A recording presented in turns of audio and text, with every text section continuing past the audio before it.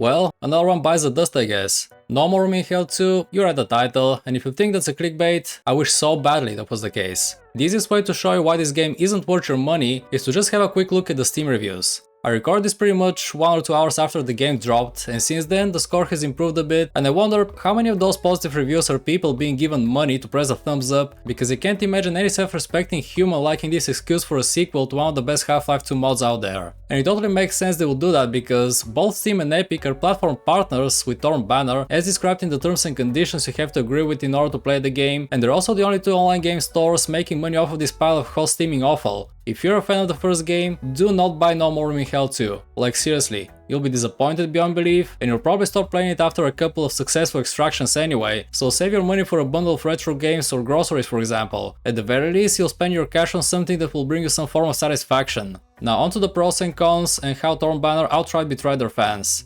A lot of you folk out there who have been patiently waiting for the second installment are probably aware that the game only has one big map instead of a set of smaller linear levels like in the first game. Well, you're absolutely correct, and the main problem with a single open world map in any extraction shooter is obviously the lack of variety. I played 6 games, the latter half of which were successful rescues, and I have to say that if you can keep going after your 5th win, you might have a screw loose or something, because any normal person would agree that after you learn all the objectives, there's really nothing else the game can offer in terms of gameplay variety. The town isn't worth exploring anyway, because unlike Escape from Tarkov for example, you don't get to keep any of your loot, which isn't worth keeping anyway. It's just batteries, meds, and a bunch of useless survival items that I didn't get the chance to use in any scenario. The only viable junk you collect are circuit breakers you have to insert in fuse boxes to restore the power in certain facilities, or a gas canister the contents of which you put inside the generator to start a quick time event sequence. And that doesn't sound too bad on paper, does it? But when you take into account that the zombies spawn right behind you, and each and every single one of them is an absolute pain in the ass to kill, at least if you're a low-level peasant, yes, the game has RPG mechanics, which I'm gonna talk about later, you're basically at the mercy of newbies who can't distinguish left from right, let alone come to the conclusion that they either have to do the objectives themselves, or protect you from enemies while you're taking care of those chores. So imagine trying to do everything by yourself while teaching kids who started playing games yesterday that the objective markers are supposed to let you know where you need to go in order to proceed through the level. That's the only variable that makes the game a unique experience every time you join the lobby. If everyone knew how to read and understand radio transmissions, the matches would play out the exact same way every single time you join in.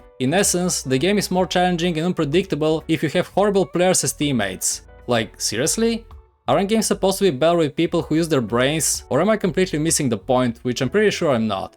Listen, I'm aware that there's, to put it nicely, inexperienced people in the first game as well, but at the very least you know that if you don't want to play with them, you can change the server in literally 3 seconds and connect to a more seasoned lobby instead of having to go through an absolute nightmare of a round or disconnect and lose your character's progression. And why did I have to replicate Hun Showdown's horrible character system anyway? It's beyond stupid. In case you don't know what I'm talking about, before you join a server you basically have to choose between 3 random character models, each and every one of whom specializes in different fields, and if you die, the game prompts you to pick from another set of randos that you can spend upgrade points on simply because they don't carry over from your previous build, and I use the word build here very lightly because the RPG element is very faint, dare I say even implied. Speaking of characters, just have a look at those absolute atrocities I was forced to play as. A lesbian proficient in martial arts, then another strong independent woman which happens to be black while rocking the Karen hairstyle. And just have a look at those faces, man. Those creatures are supposed to be women. What kind of a woman would ever like to look like those abominations? Their faces are even more chiseled than those of the male operators. No makeup, no trace of seductiveness or warmth in their eyes. Who in their right mind thought that this would sell? Real talk, do you honestly believe that in a scenario like this one, where death can be around every corner, a woman wouldn't try to be pretty out of pure instinct so that she can reproduce and continue the lineage? Take Zoe from Left 4 Dead for instance. She appears to be quite feminine, and she's also wearing vague eyeliner and peach lipstick without looking ridiculous and completely out of her element. The chick in the original No More Room in Hell game is fine too, even though it looked like she went through some major shit as well. I swear, I'm so tired of this woke, feminist agenda that's being pushed onto us gamers in every single modern title. No sequel is safe, no remake or remaster is safe. There's only a handful of actual normal men working in each prominent development studio, while everyone else seems to be an LGBT member or a cuckold ally, or a woman in a position of power without having the actual credentials or background to be in a set post. Those people don't care about games. They don't want to give us what we want because they hate the fact that they themselves are unattractive beyond repair, and they probably spend their college years envying their peers for getting laid with the boys they like, so now we have to watch their faces slapped on every single character model in the games we play. What the actual fuck? Not to mention that finding black zombies, as in corpses with sub-Saharan facial features, was near impossible. I only stumbled upon one model that looked African, or rather African American given the location the map was based on. If the developers really cared about representation as much as they let on, based on the character selection menu, which is basically 50% black and 50% white, why didn't they extrapolate that for the rest of the infected population? It's almost as if they tried to portray the person of color as the good guy and the Western European phenotype as the antagonist. Or maybe they were afraid of backlash on social media. Does killing black zombies count as microaggression? Because if you ask me, a black zombie has more in common with a white zombie than they have with any living being by virtue of simply being deceased, but that's just my humble opinion. Where are the child zombies again? Which according to the project lead of the first game are a core component that plays into the moral and ethical choice of the player. Where is that attitude now, the same one you see in his answer to people's backlash regarding the infant undead? Is it now suddenly not okay to have monsters at different developmental stages? Or has BlackRock Fun slapped you too hard on the forehead, Max? But yeah, I really don't want to descend into madness any more than I should. The game is clearly geared towards the modern audience, and it almost seems as if that's become the norm, which is really sad. And I know people are starting to get tired of all the culture wars in games, but it's also the perfect opportunity for certain people to keep pushing their agenda even harder, and trust me, if we seize the much needed efforts against that nonsense, the only entertainment software people will have the chance to enjoy, or not enjoy for that matter, will be game rentals made for trans people, by trans people and ugly women. See, the signs are there. Did you notice how instead of pronouns, the character descriptions are basically referring to you, as in the character you're playing, but it's almost as if they tried to hide the fact that if they use conventional binary pronouns, some of their colleagues might take offense to that and put them through the ringer, because their oppressed minority status places them higher in the hierarchy by virtue of them being in line with the right political affiliation, and feel free to put right in the biggest air quotes you can picture in your heads.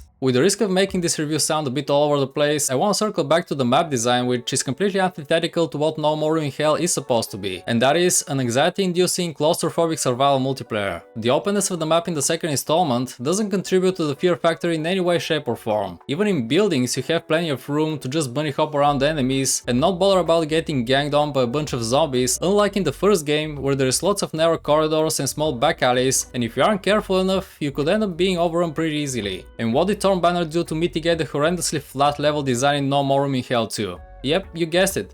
Zombies with more health than World of Warcraft raid bosses. Actually, let me show an example of what I mean by that and make sure to tell me if I'm exaggerating or not.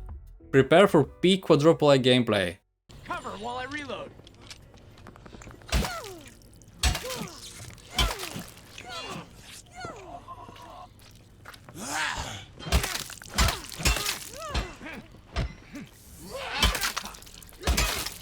Somebody's at the church. Listen, it's gonna be rough inside, but if you can get into the attic, we have solid intel on gear up there that you'll need for the power plant. Get in and secure what you can.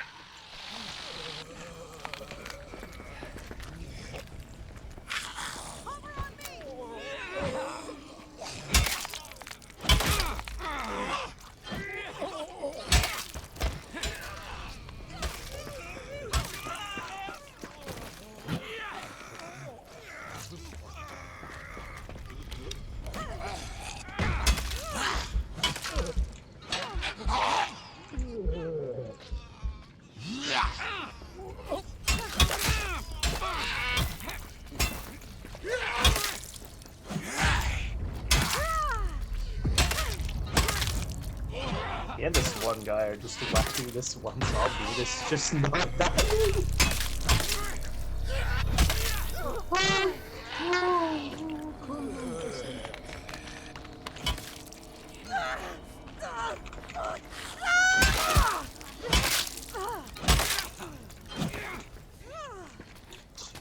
Yeah, and that's two people teaming up on a single zombie. So much for the perfect one shot to the head swings with sledgehammers and pulsaki axes. Maybe that's only achievable if you max out your strength, provided you can actually do that, but honestly, I can't be bothered playing this game any more than I already have. It's way too boring, and I've totally lost any motivation to level up a character I might lose due to lag, frame drops, which aren't all that uncommon by the way, and last but not least, brain rot Gen Alpha teammates. Speaking of performance, I have a 4070 Super, an i5 13600, 32GB of RAM, and a PC that's powerful enough to let me plug a refrigerator in my computer and still have plenty of wattage left for peripherals. The game is so unoptimized that would often fall below 40 FPS even on high video settings, which is one notch below the recommended for the hardware I have. And let me remind you of the recommended specs on the Steam store page. Oh, would you look at that?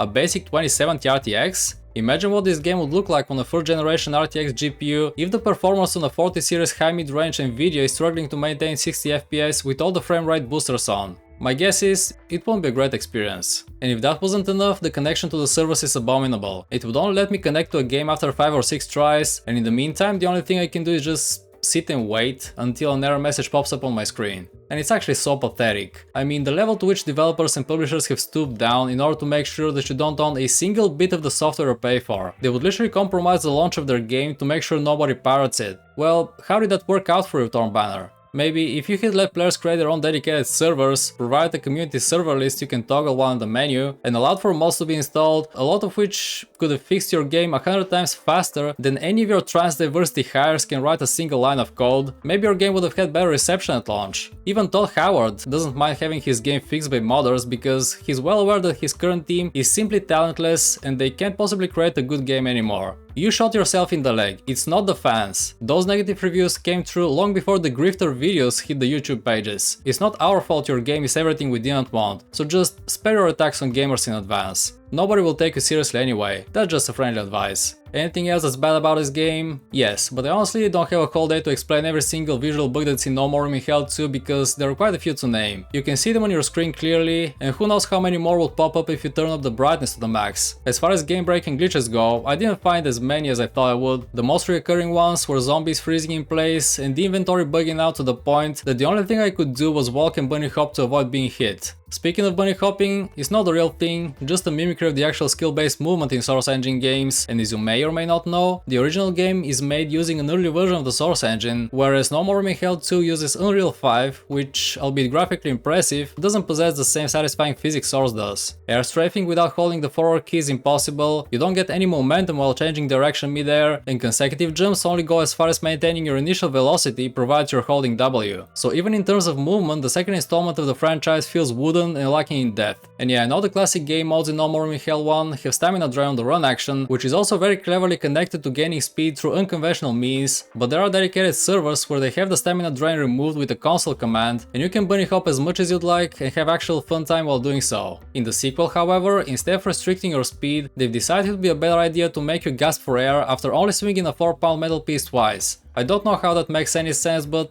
whatever. There's exactly zero chance of infection, which removes quite a lot from the core gameplay and the overall suspense introduced in the original. The only game mode in the second game is extraction, and while you can barricade yourself temporarily in houses and factories, the game doesn't have a proper survival mode where you fend off progressively harder waves of hordes from taking over sectors. The K button does not function at all, and while the OG fans know what I'm trying to imply, newcomers might want to take a quick look at what K does in the first installment when you press it. I guess that was too controversial given the fact that the folk Thornbound tries to pander to have the highest rate of pressing the K among any group of people around the world. So yeah, another point to the WoW counter.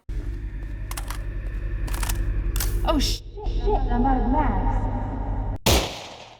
The zombies don't look scary in the slightest, in fact they look kinda comical with those glowing eyes in the dark. This isn't fucking Twilight, man, it's a realism-based survival game. Just make them look decomposed and disgusting and that should do the trick. But I guess that was too hard for a company that totally hires based on merit and not gender, skin color or sexual orientation. There's no bleeding system. Both bandages and medkits do the same thing, unlike in the first game where we had 4 tiers of medical supplies, each of them having different effects on the player. Gene therapy prevents you from turning, bandages stop bleeding, medpacks cancel bleeding and heal the player as well, and pills postpone the effects of the virus for a few minutes. Judging by how many of the game mechanics from the first game are missing in the sequel, it almost feels like No More Room in Hell 2 is the Half-Life 2 mod, not the vice versa. You can't bind the scroll wheel to jump, which is absolutely ridiculous. I cannot believe they overlooked that, or maybe they did it on purpose, who knows. The music in the first game is also a lot better and catchier than the ambience in the second one, which is a lot more hopeful and bright sounding. They've completely removed the encumbrance, probably because normies find it annoying, even though that's an essential game mechanic in survival games based on realism. You can't check your inventory while walking, you have to stop in order to rearrange your weapons and consumables. The taunts have also been severely toned down so that they don't offend anybody. In fact, let me show you real quick the difference between a game made by men and one created to please everyone but the male demographic. Oh, we're gonna fuck you up. Come on then, you bastards. Looks like my video game skills are gonna come in handy today. Things are about to get real messy. Just die! You sound a little like you need a cough drop. Didn't your mom ever teach you to eat with your mouth closed? I've never been good at reading people, but you seem a little hungry. Here, have some lead. Oh, suck my dick. When there's no more room in hell, there's plenty of room in your mom's You're looking a little feverish. Why don't you lie down for a bit? Bring it, motherfucker! Mate, you are fuck ugly. Something smells rotten. I'll cut your fucking Jacobs off. You're on thin fucking ice, my pedigree chum. I'm not asking, I'm telling. Pull your tongue out of my arsehole. Get the fuck out of my face. Hey, asshole. Knock, knock. Fuck you, that's why. Were you born that ugly? Ugly, dumb, and about to die. Prepare to fucking die.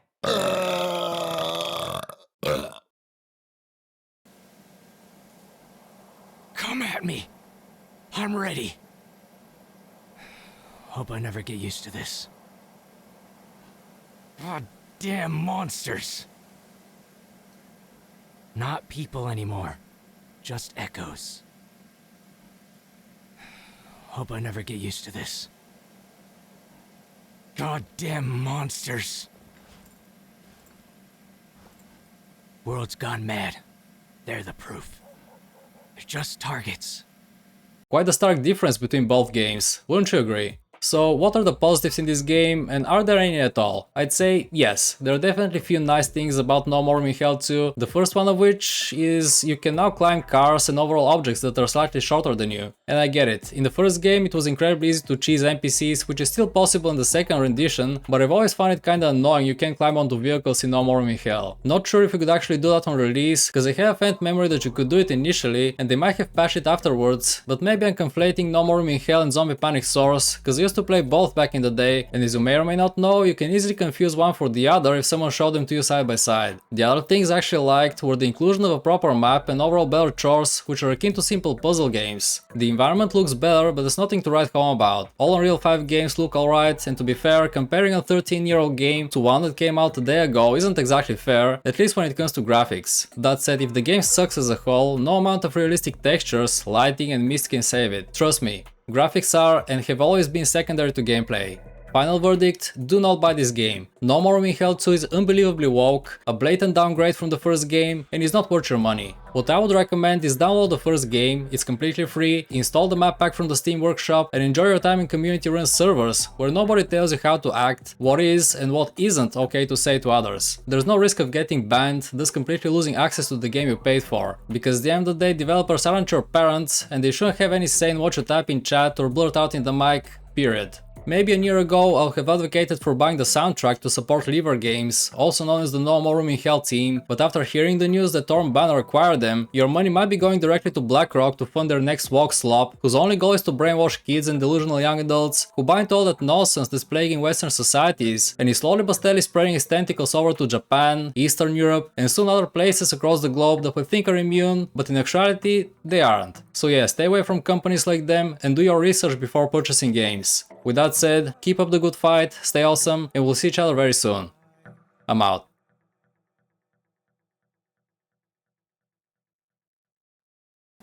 World's gone mad. They're the proof.